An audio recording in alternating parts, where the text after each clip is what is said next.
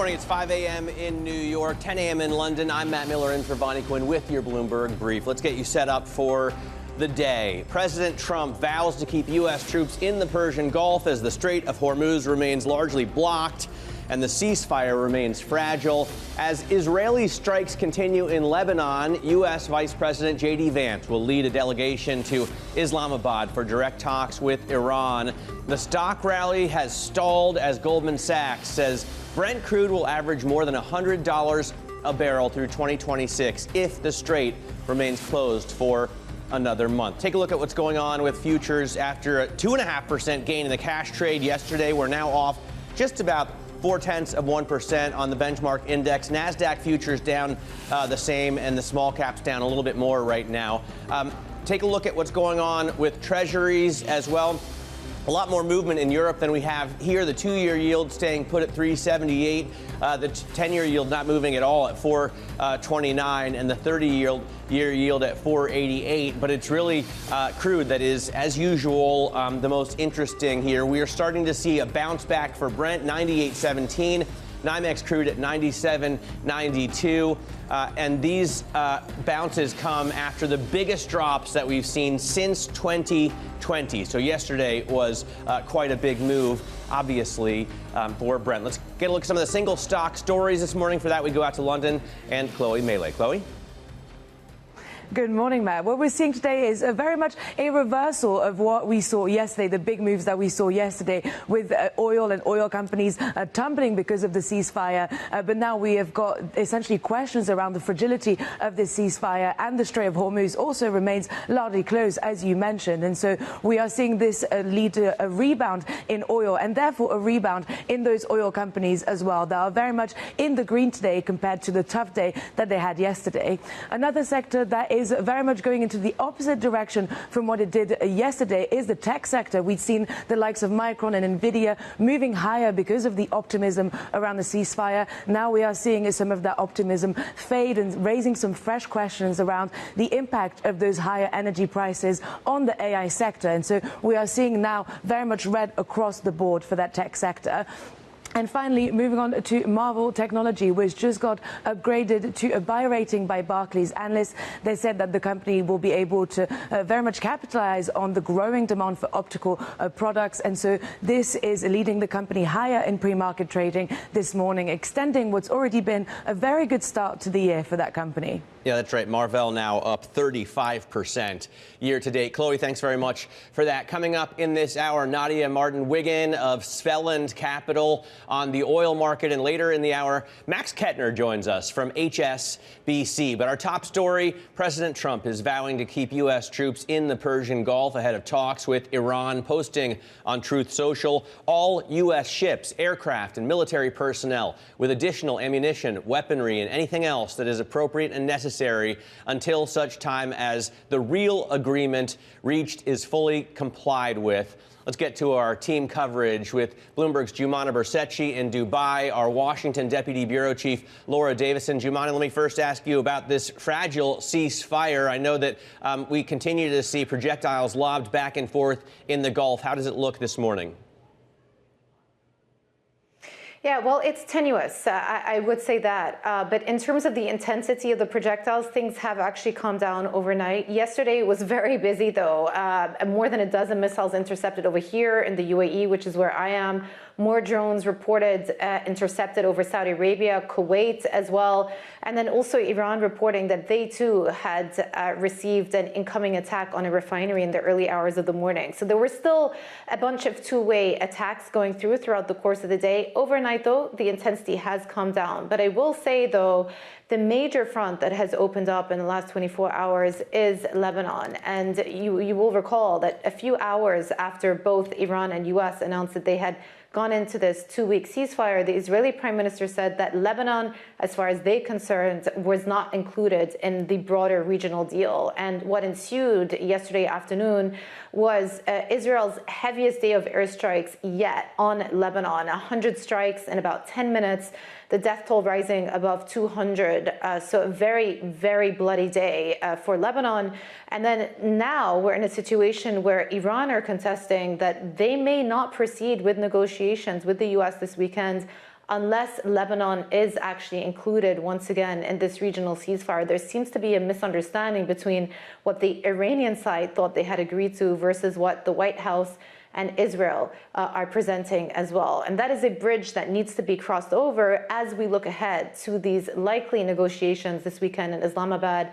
The U.S. delegation has been confirmed now. We know that JD Vance, Kushner, and Steve Witkoff will be attending from the U.S. side. The Iranian side, a bit of a question mark still as to who's going to be there. Yeah, we just saw a post on X from the EU Foreign Affairs Chief Kaya Kallas that Israeli actions are straining the U.S.-Iran ceasefire. We've seen comments from Chinese Foreign Ministry spokesman Mao Ning that Lebanon's security and sovereignty should not be violated. Laura, what can the U.S. do about keeping Israel, which now appears to be the weakest link in the chain, in check?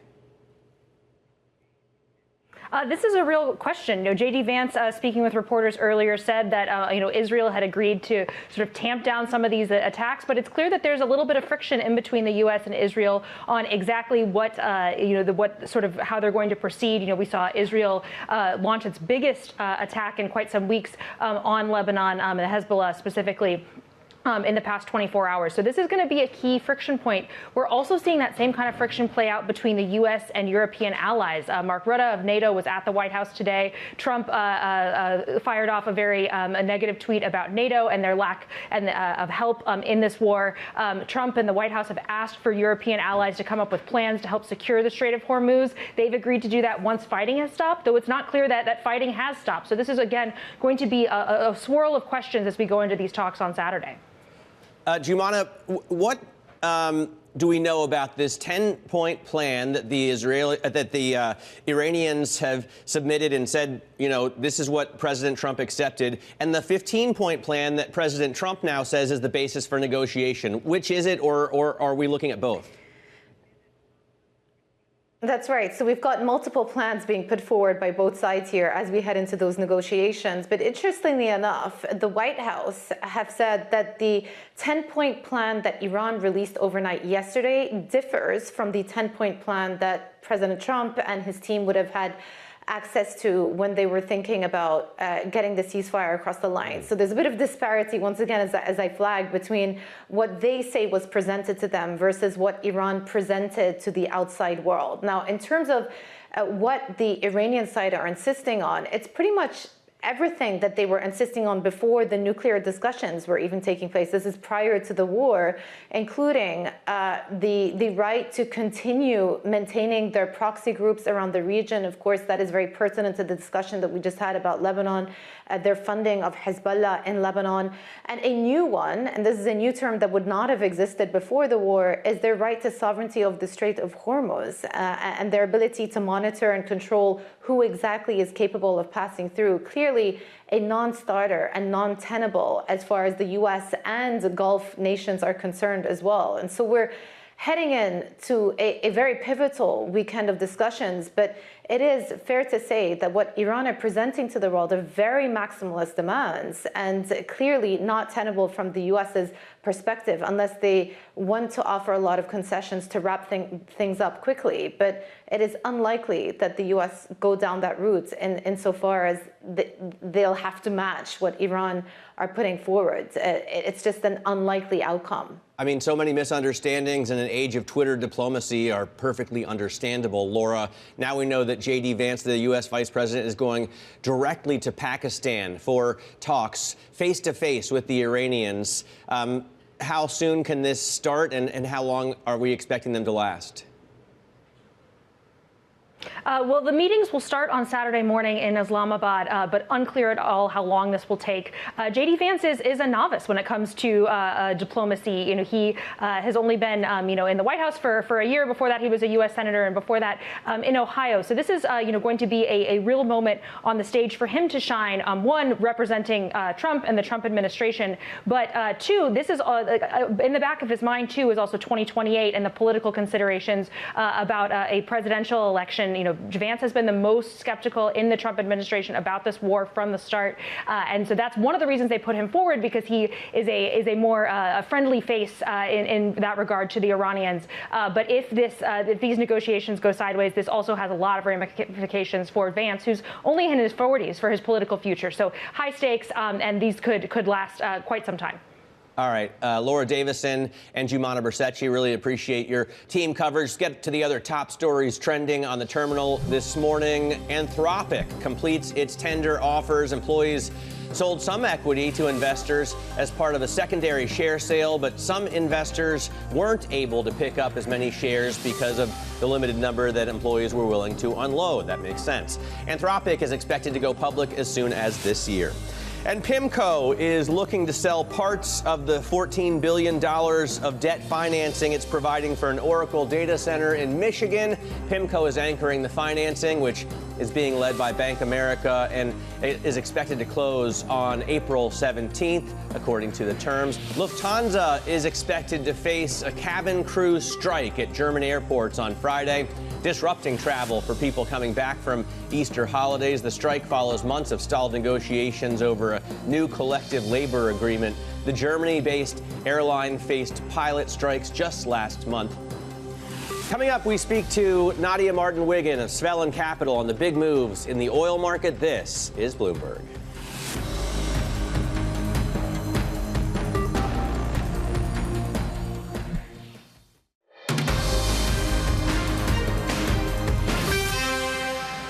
This is Bloomberg Brief. I'm Matt Miller in New York. Oil is rebounding after its biggest one-day drop since April of 2020 as the Strait of Hormuz remained largely blocked. According to Goldman Sachs, Brent could average more than $100 a barrel in 2026 if the strait remains closed for another month, which doesn't appear extremely unlikely. Nadia Wiggin, director at Svelland Capital, joins us now.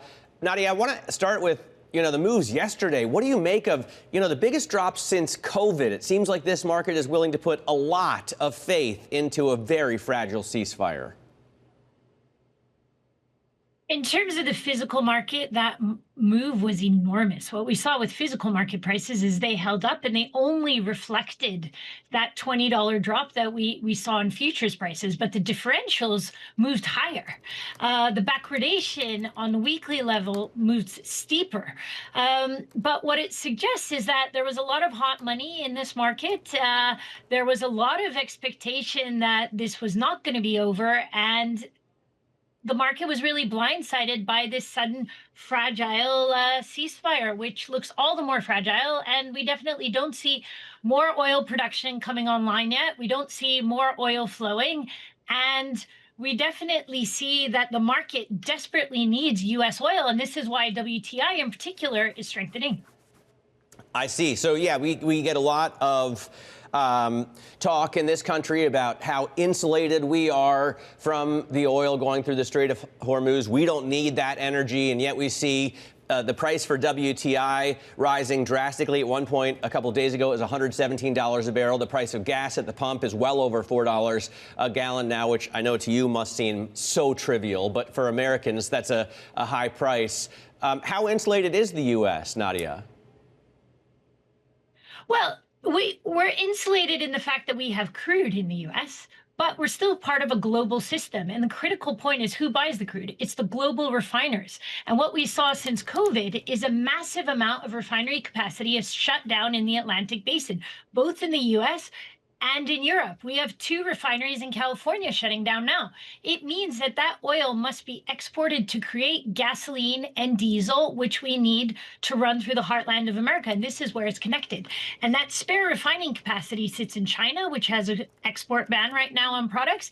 And we had a growing system of refineries in the Middle East that are completely shut off. So this is where the product prices absolutely need to increase, and that will continue to pull on crude futures prices as well as the physical market. What's your take on the Strait of Hormuz? Because it seems as though Iran and the U.S. President have very different ideas about how it's going to operate. After all of this, it had, of course, been open and free before Israel and the U.S. attacked Iran. And now we're hearing reports that the Iranians are charging $2 million a ship. They also have to have their own military navigate other ships, at least keeping the idea that maybe there are mines there alive. How does it look to you right now?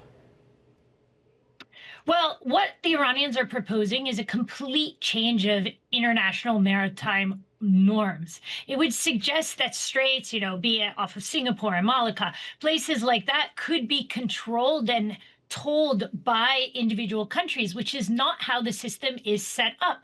On the flip side, historically, the system has been protected by the U.S. Navy.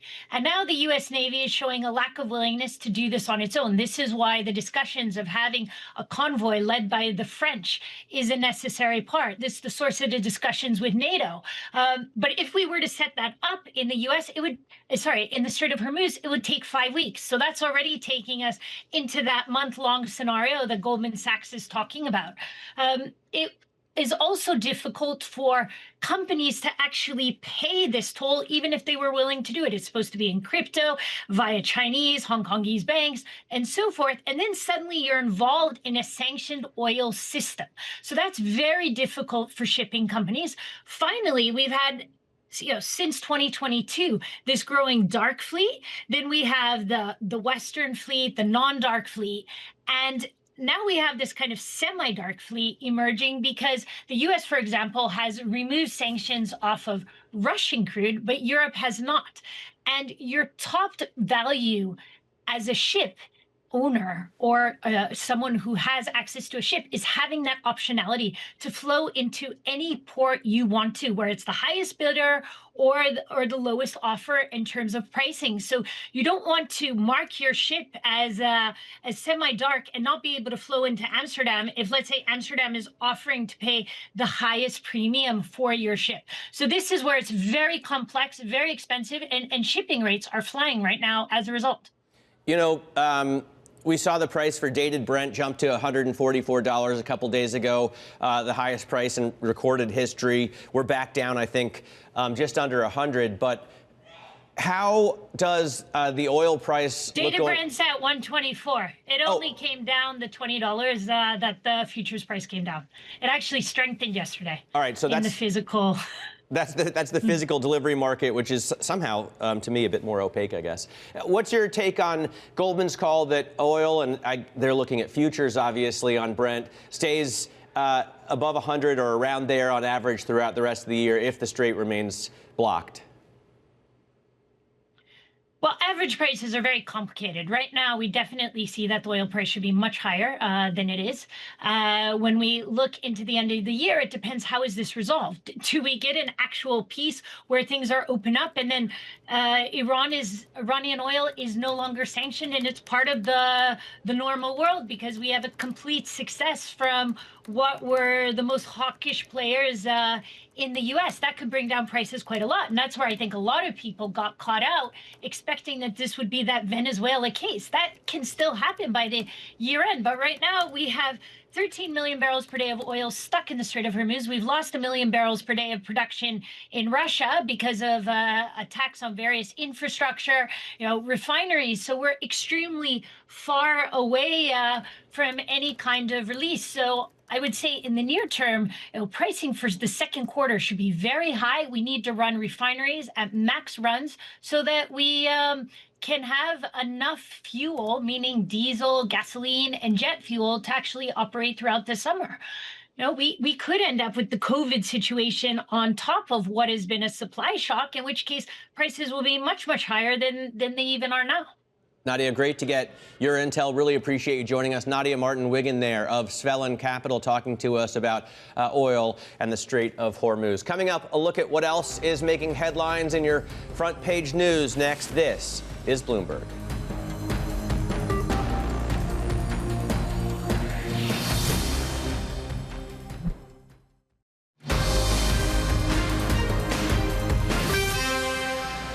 This is Bloomberg Brief. I'm Matt Miller here in New York City. Time now for your front page news. First up on the Washington Post, President Trump's meeting with NATO Secretary General Mark Rutte at the White House yesterday, and how he held back from taking dramatic action on the U.S. relationship with the alliance. Trump took to Truth Social to vent about NATO's lack of help in the Iran war, but didn't mention anything about pulling out of the alliance this time.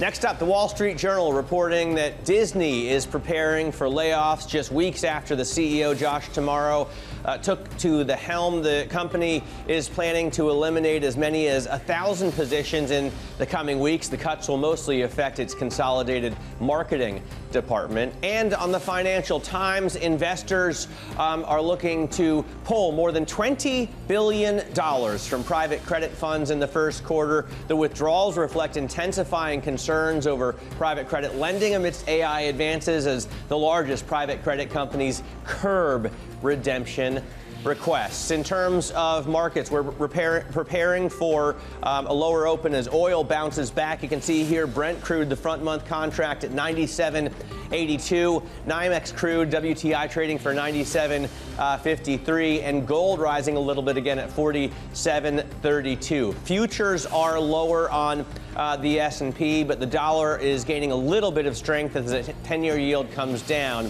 at 428.72 to go out 5 significant digits. Coming up next, Max Kettner, Chief Multi-Asset Strategist at HSBC, joins us. This is Bloomberg.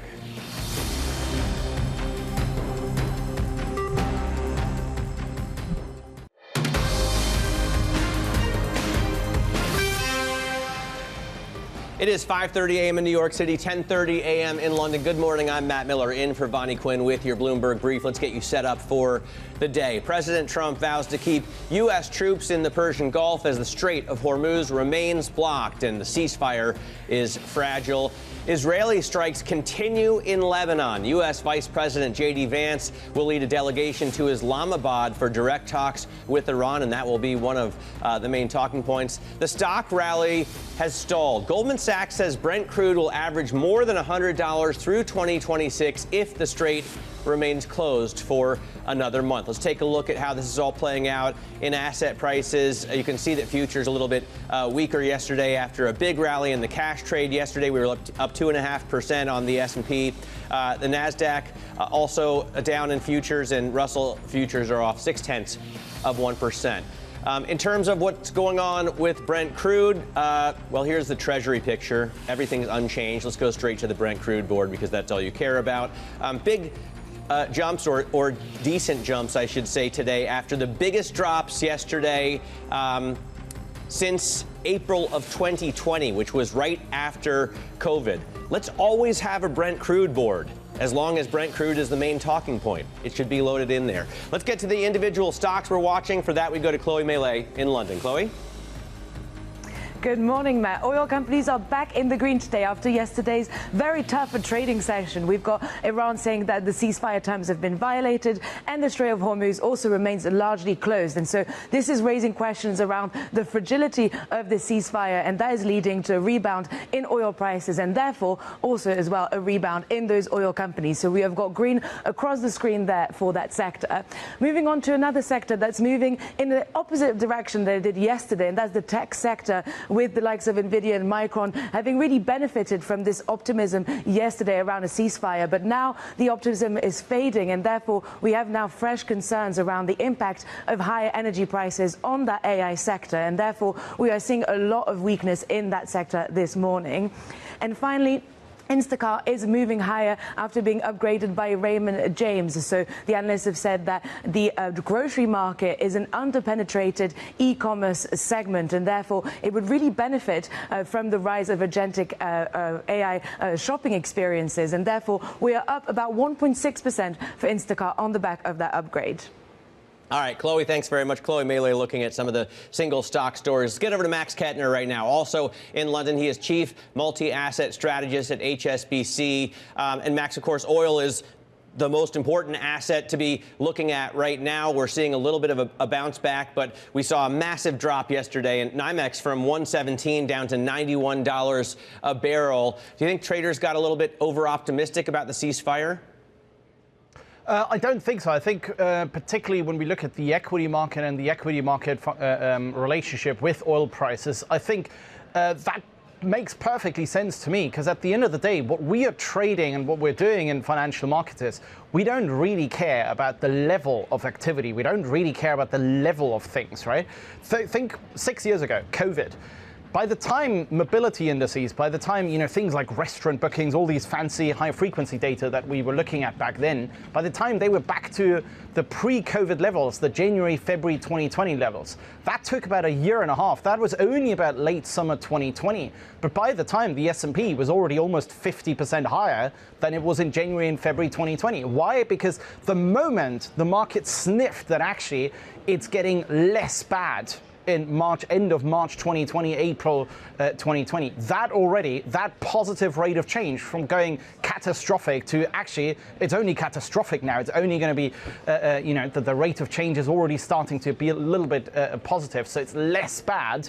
That already was enough for markets. It was the same thing with Liberation Day last year. Remember Liberation Day, all the high frequency data only troughed in about June, July. By that time, equities were already back to the all-time highs. So I think this is actually a pretty rational reaction by equity markets in particular and the relationship with oil prices. Now, on oil prices, you could debate, maybe dated Brent is going to be still sticking around there. But I think we are on a sort of gliding path by the end of this year towards the 80 levels. And that, I think, for markets overall, for equities, for credit, for EM, really for the whole asset class spectrum, that's good enough. I mean, one of the things I keep wondering about, Max, is how these higher prices are going to affect company earnings, corporate earnings. And if you expect prices to go back down to 80, then it makes sense that you wouldn't be terribly worried. But Goldman Sachs is out today saying they think the average is going to stick around 100 or more for Brent crude. Doesn't that, bring down your outlook for corporate earnings at double-digit percentage on the S&P?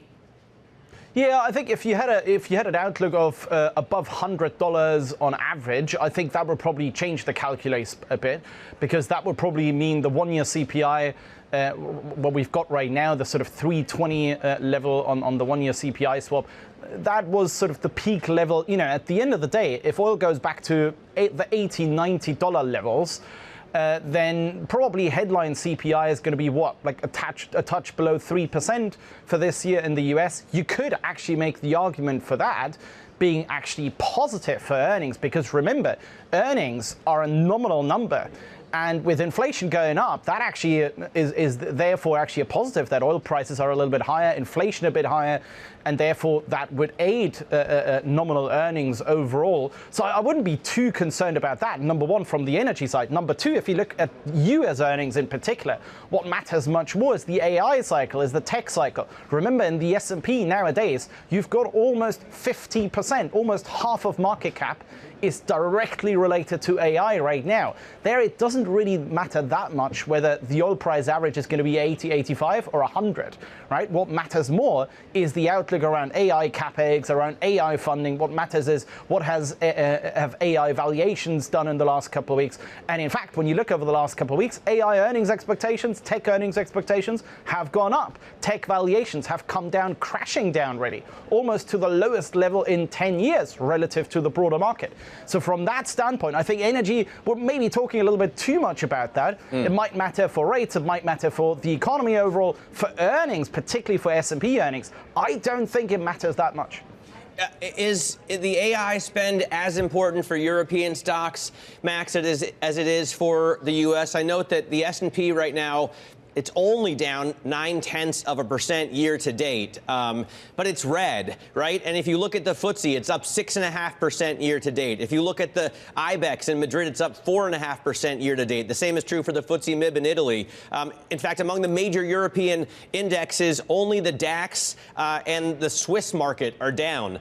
And although I really appreciate your Jonker this morning, your new Trocken jacket, those are not the most important benchmarks for European traders. Yeah, I think for Europe it's slightly different. The AI spend, the AI outlook, at least in relative terms, is not as important as it is for the US. Particularly also when we look at AI adoption, so the amount of companies, amount of sectors, or the percentage of companies in the respective sectors that have already adopted AI. That in Europe is only running at about half the level as in the US. So for the US, particularly for large caps, much more important. For Europe, I think oil overall is going to be a little bit more important because remember, one of the biggest sectors that's really been driving this rally in the last year or so in Europe has been the banks. And the banks have come obviously under pressure now in the last couple of weeks with oil prices higher and therefore the yield curve bear flattening. That has taken a little bit the wind out of the sails for the earnings picture around the banks. So oil coming down, that re-steepening, bull re-steepening the curve in Europe, that would really help SX70. It would really help the European bank picture again. So for Europe, slightly different. I think there the oil price matters because it matters for the rates and for the front-end rate outlook and therefore for the banks. So, you know, if we see continued struggles with this ceasefire, if we see continued upward pressure on the oil price, do you bet on U.S. stocks against European? If that was the case, yes, but I don't expect that. I think, again, what we've seen now in the last, not only this week, but really the last now almost 2 weeks has been incremental positive changes. So I think if you want to be bearish now, if you want to say, look, oil is going to go still to $150, your view, I think, has to be ceasefire will completely fail. Every single day we will have incrementally worse news. You cannot have news like, let's say, perhaps some of the plants reopening, like we had, for example, some news out of Qatar yesterday, some of the plants opening. Your view has to be that none of these incrementally slightly more positive or even less bad news, that none of that is happening. That has to be your view. And I think that's very challenging to be that bearish. In particular, I think one thing that we haven't talked about yet is because positioning is so clean. If you look at even systematic positioning, that is now well below the 20th percentile for CTAs, for the likes of volatility target strategies. So with positioning that clean, your view really has to be not only bearish, it has to be every single day you got to come in and be like, look, no, we're not only having not incrementally positive news, we'll have even worse news and even worse news flow. That, I think, is really, really challenging to have a view like that. Max, really helpful intel there, and I really appreciate you joining us today. Max Kettner of HSBC talking to us about these markets. Now let's get to the other top stories trending on the terminal this morning. Interactive Brokers founder and chairman Thomas Peterffy says insider trading is good for society and should not be banned. Peterffy says it's pointless to try and prevent it. He made these comments on Bloomberg's Odd Lots podcast with Joe Weisenthal and Tracy Alloway, and they come in the midst of a renewed push from lawmakers and regulators to take on insider trading. It's definitely appointment listening. PIMCO is looking to sell parts of the $14 billion of debt financing it is providing for an Oracle data center in Michigan. PIMCO is anchoring that financing, which is being led by Bank of America and is expected to close on April 17th. China is considering financial aid for its state-run airlines that are struggling to keep up with rising fuel costs. The country is looking into providing government subsidies, preferential tax treatment, and state-backed low-interest loans. China's biggest airlines have struggled to return to profit since COVID. Coming up, Vice President JD Vance prepares to lead talks between Iran and the U.S. in Islamabad over the weekend. More on that story next. This is Bloomberg.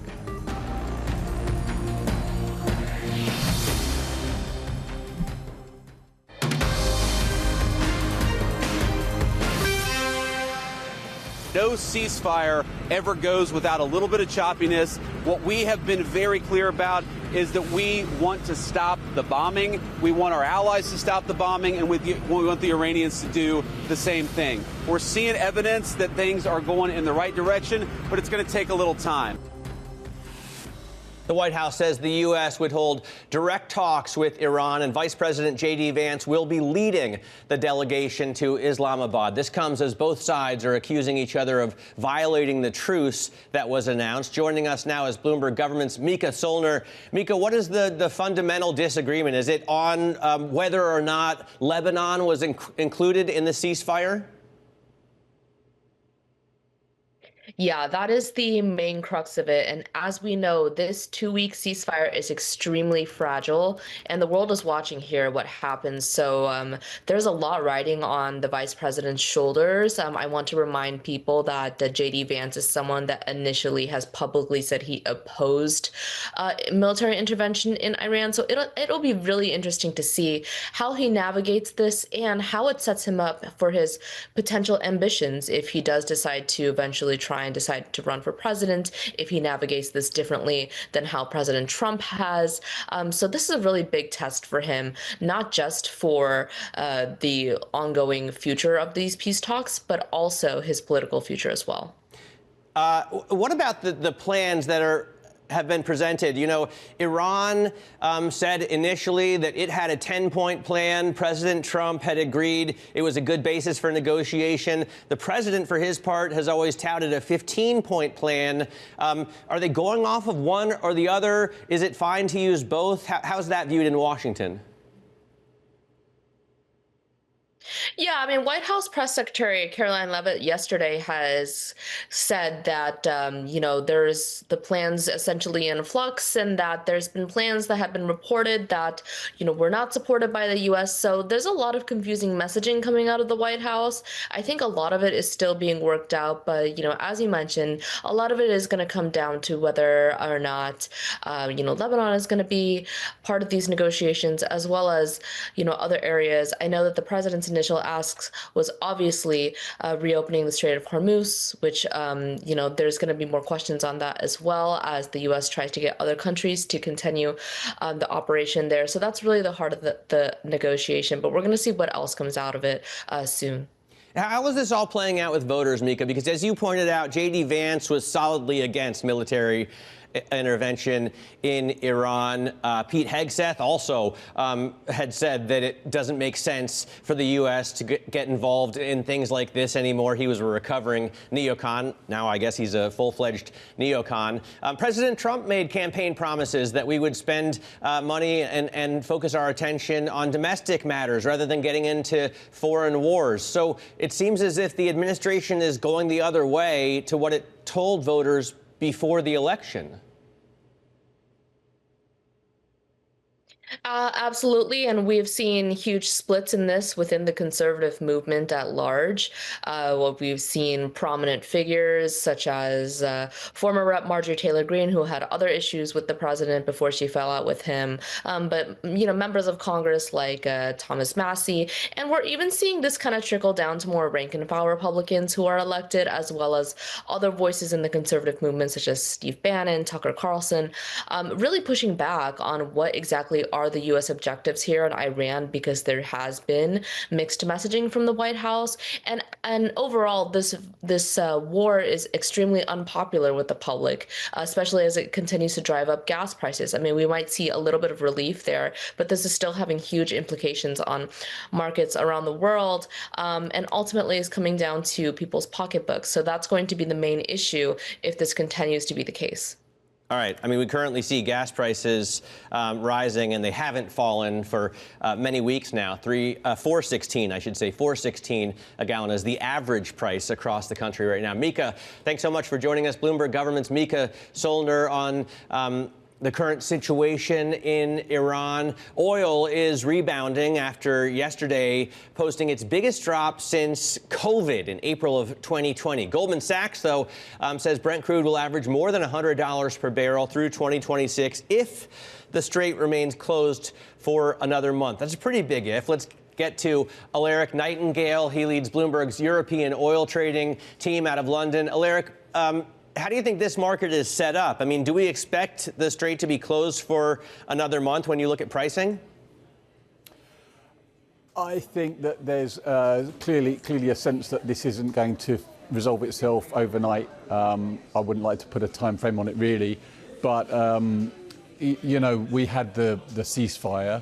But then yesterday afternoon, there were signs of that wobbling, and owners still aren't going through. And a lot of things need to happen to get kind of widespread comfort about transit. It's not just going to be we just need to have real detail. That's what the shipping market is screaming out for, is detail. Exactly how it works, exactly what you have to do, and is that fully accepted by kind of government states? Do you still see, Alaric, the big spread between futures? I think Brent and NYMEX are trading around $97 right now. We have it up on the screen. And dated Brent, which is a slightly more, a slightly more opaque market. I've seen it priced around $124 today. Right, yeah, there is a huge premium for physical crudes. For what you see in dated Brent, that's a very, very prompt, immediate supply crude. And you see similar pictures for lots of other grades that price relative to dated Brent. And that's really telling you that there's an urgent need for barrels out. Even if you resolved everything right now, which isn't going to happen in the Persian Gulf, you still need to get that oil to Asia, to Europe, to the US, and that's kind of 20 to 30 to 40 to 60 days. So there is going to be a lag effect, even if it resolved overnight, which it's not going to. So that's why you've got this urgent need for immediate barrels. There's just a kind of a need for replacement. Asia looking beyond its normal markets for supply, and then you get this tightness everywhere. Alaric, thanks so much for jumping in. I know you're extremely busy on the oil desk, to say the least. Alaric Nightingale leads our oil trading coverage out of London. Now, Anthropic completes its tender offers. Employees sold some equity to investors as part of a secondary share sale, but some investors weren't able to pick up as many shares as they wanted because of the limited number that employees were willing to unload. The Claude chatbot maker was valued at $350 billion in its latest deal, not including the $30 billion that it raised. Bloomberg's Neil Campling joins us with the latest. Neil, does Anthropic's tender offer share sale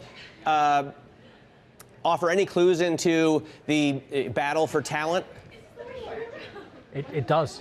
Just like oil, actually, AI talent is in short supply. Often you would expect these kind of crystallization opportunities to make money from selling stock would be well sought after from employees. I suggest that this sign is that insiders in the company expect there's huge potential for the company's position. And if you look at it, I've seen numbers this morning that say that Anthropic is on an ARR run rate of $100 billion. Now, that kind of number is 11 times greater than 4 big SaaS players ARR combined. Salesforce.com, Adobe, ServiceNow, and Workday. Huge numbers. And we're looking at an ARR run rate for this company that has grown tenfold for the last 3 years in a row. Just staggering numbers. So I'm not surprised actually to see that insiders basically don't want to sell too much stock because they see massive upside potential, I think, for the company and their AI position. Yeah, it makes a lot of sense. I mean, $350 billion may sound like a lot of money to you and me, but for a company like the maker of the chatbot Claude, it does seem like quite a small valuation. Neil, thanks so much for joining us. Bloomberg's Neil Campling out of London. Never enough time with Neil. This is Bloomberg.